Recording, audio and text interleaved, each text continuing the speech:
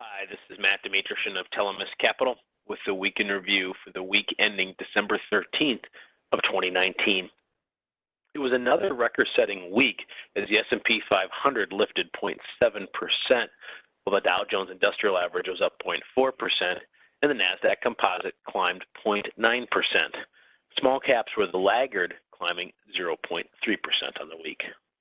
9 out of the 11 economic sectors within the S&P 500 finished higher as tech led the way amid strength among semiconductor stocks. The Philadelphia Semiconductor Index was up 4.2%. The index is shown here in the lower right-hand corner of the slide, exhibiting its strong performance year to date. Real estate was the worst performing sector within the S&P 500, followed by communications services as both sectors fell. The market started the week on a down note on Monday and Tuesday, but gained strength on Wednesday and rallied thereafter. Trade dominated the headlines, overshadowing meetings by both the Federal Reserve and the ECB, as both agreed to maintain their current interest rates. On the trade front, on Wednesday, Canada, Mexico, and the U.S. agreed on a new USMCA deal, replacing the old NAFTA. On Friday, the U.S. and China reached a Phase 1 deal where 25% tariffs would remain in place on $250 billion worth of Chinese imports, and tariffs on an additional $120 billion worth of Chinese imports would be cut to 7.5% from 15%.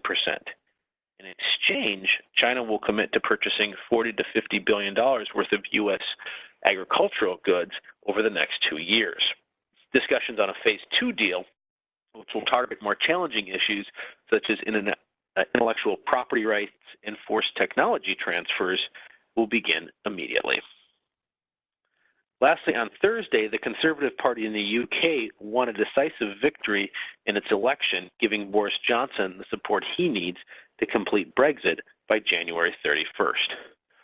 The geopolitical events that were resolved last week around both trade and Brexit provide a level of clarity to the markets as we head into 2020.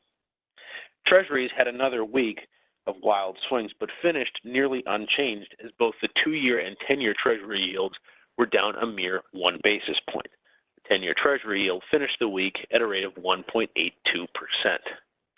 The dollar depreciated 0.5% on the week, while crude oil was up a solid 2.8% to finish above $60 a barrel.